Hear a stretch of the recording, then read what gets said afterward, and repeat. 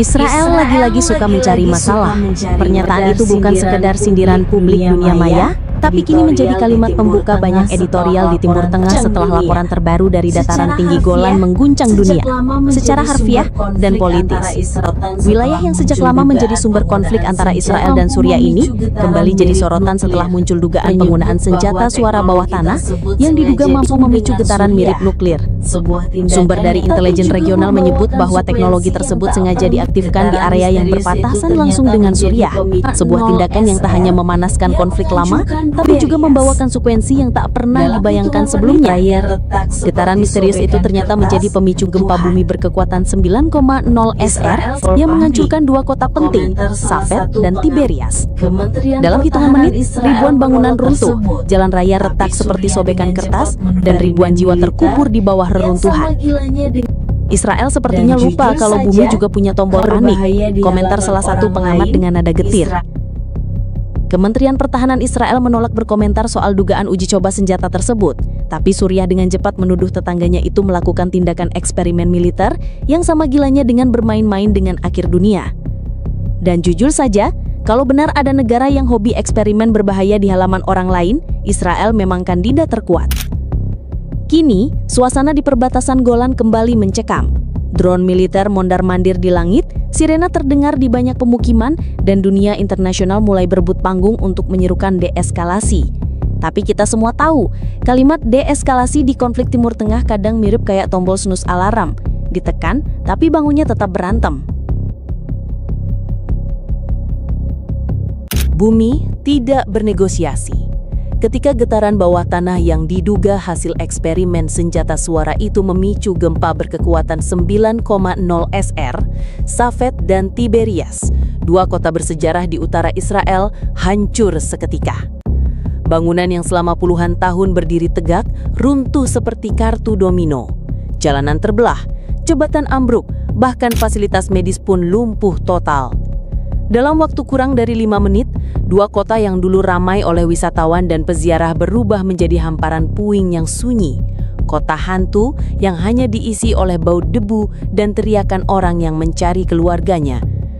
Data sementara yang dirilis oleh tim penyelamat menyebutkan 31.500 orang tewas, sementara ribuan lainnya masih hilang di bawah reruntuhan.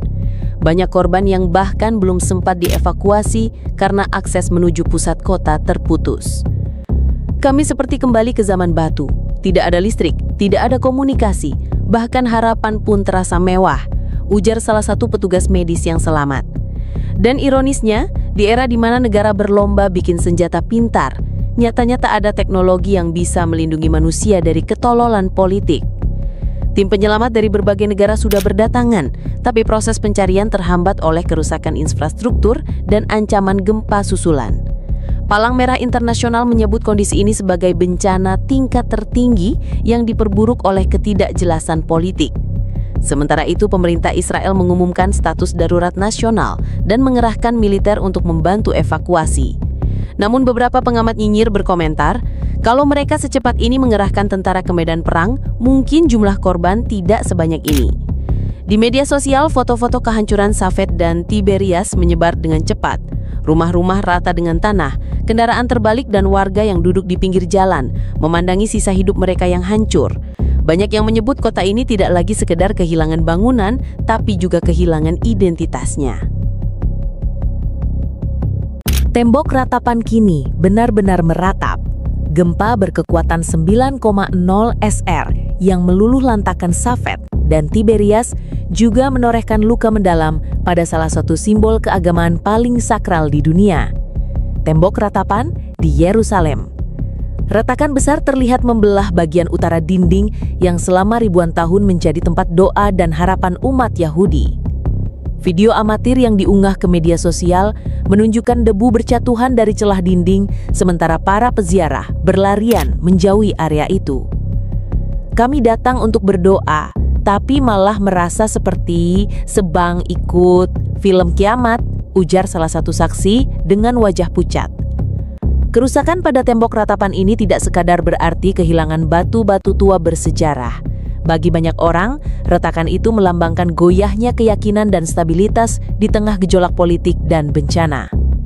Para pemimpin agama Yahudi menyebut kejadian ini sebagai peringatan dari langit, sementara beberapa pengamat menilai kerusakan ini sebagai simbol rapuhnya fondasi sosial politik Israel. Kalau tembok yang katanya bisa menahan beban sejarah ribuan tahun saja retak, bagaimana dengan pemimpin yang cuma kuat di konferensi pers? Sindir salah satu komentator politik di stasiun TV Timur Tengah. Reaksi dunia internasional pun bermunculan. Vatikan menyatakan keprihatinan mendalam, menyebut kejadian ini sebagai pukulan terhadap warisan spiritual dunia. Sementara itu, organisasi-organisasi Yahudi di Amerika Serikat mulai menggalang dana untuk restorasi darurat. Namun, beberapa pihak mempertanyakan, apa gunanya memperbaiki batu kalau konflik yang meretakannya dibiarkan tetap membara? Di Yerusalem sendiri, suasana semakin tegang. Banyak warga menganggap kejadian ini sebagai pertanda yang harus dibaca dengan serius. Ribuan orang berkumpul di luar area yang ditutup pemerintah, menggelar doa bersama sambil menuntut kejelasan dari pemerintah Israel. "Kami tidak hanya kehilangan dinding, kami kehilangan pegangan," ujar seorang rabi dengan suara bergetar. Namun di tengah duka itu, komentar sinis tetap muncul. Kalau tembok ratapan bisa bicara, mungkin dia bakal bilang, "Capek aku menahan semua doa yang gak pernah didengar," ujar seorang netizen di Twitter yang memicu perdebatan sengit. Dark jokes semacam ini memang bikin orang marah, tapi nyatanya seringkali kejujuran datang dari humor paling pahit.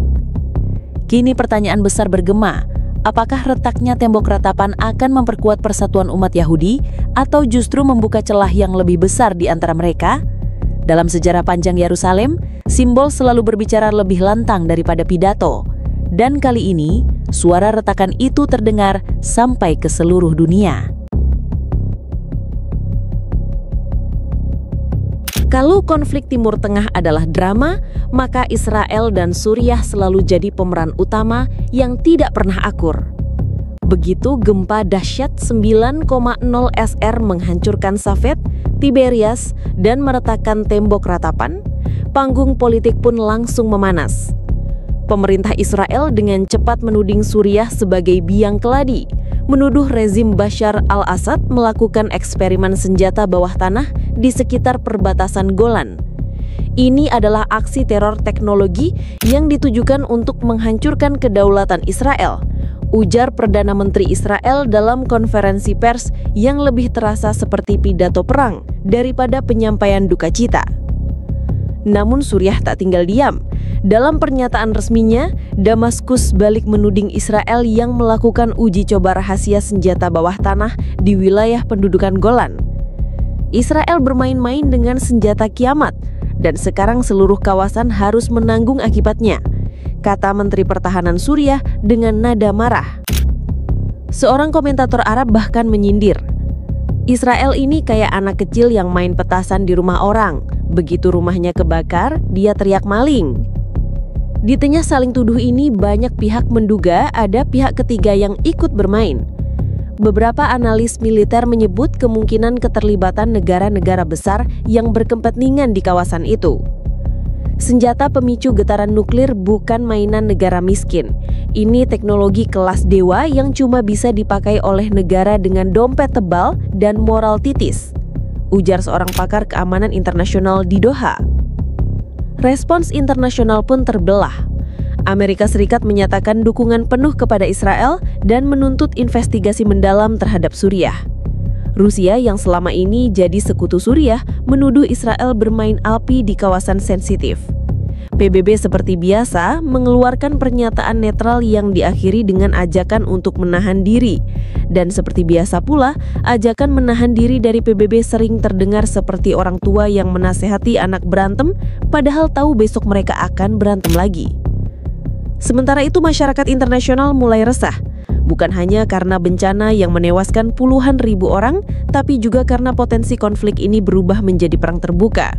Para diplomat di Eropa mendesak dibentuknya tim investigasi khusus, sementara kelompok HAM menyerukan agar teknologi senjata semacam ini segera dilarang.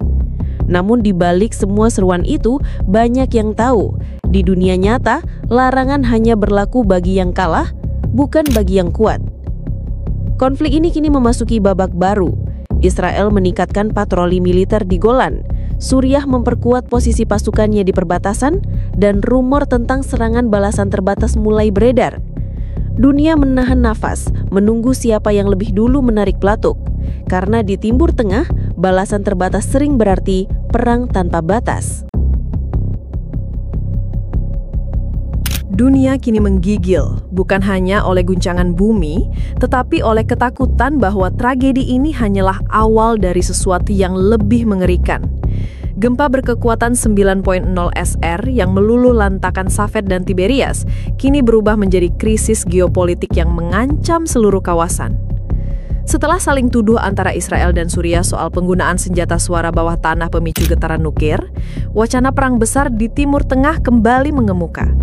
Jika ini dibiarkan, kita mungkin melihat perang yang bahkan sejarah akan enggan mencatatnya, kata seorang analis PBB dengan nada muram.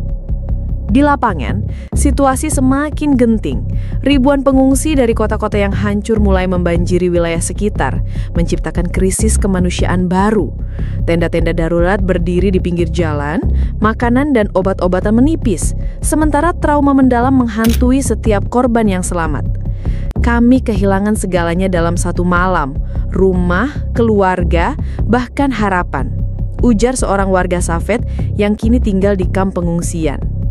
Dan di tengah penderitaan itu, politisi sibuk adu mulut di podium. Karena ya, begitulah dunia bekerja. Yang paling ribut, biasanya yang paling aman. Ketakutan akan eskalasi semakin diperkuat oleh laporan intelijen bahwa kedua negara telah mengerahkan pasukan tambahan ke perbatasan Golan. Pesawat tempur terlihat mondar-mandir di langit dan sistem pertahanan udara diaktifkan di beberapa kota strategis. Negara-negara tetangga mulai meningkatkan kewaspadaan. Khawatir guncangan ini berubah menjadi domino konflik yang melibatkan lebih banyak pihak. Di forum internasional, diskusi darurat tak henti-hentinya dilakukan. PBB menjadwalkan sidang khusus, sementara Uni Eropa menyerukan investigasi independen. Namun seperti yang sering terjadi, banyak yang skeptis. Kalau PBB bisa menghentikan perang hanya dengan rapat, mungkin Timur Tengah sudah jadi destinasi wisata paling aman di dunia, sindir seorang jurnalis asing. Kini, dunia dihadapkan pada pertanyaan besar. Apakah ini hanya tragedi tunggal akibat kesalahan eksperimen, atau bagian dari strategi berbahaya yang lebih besar?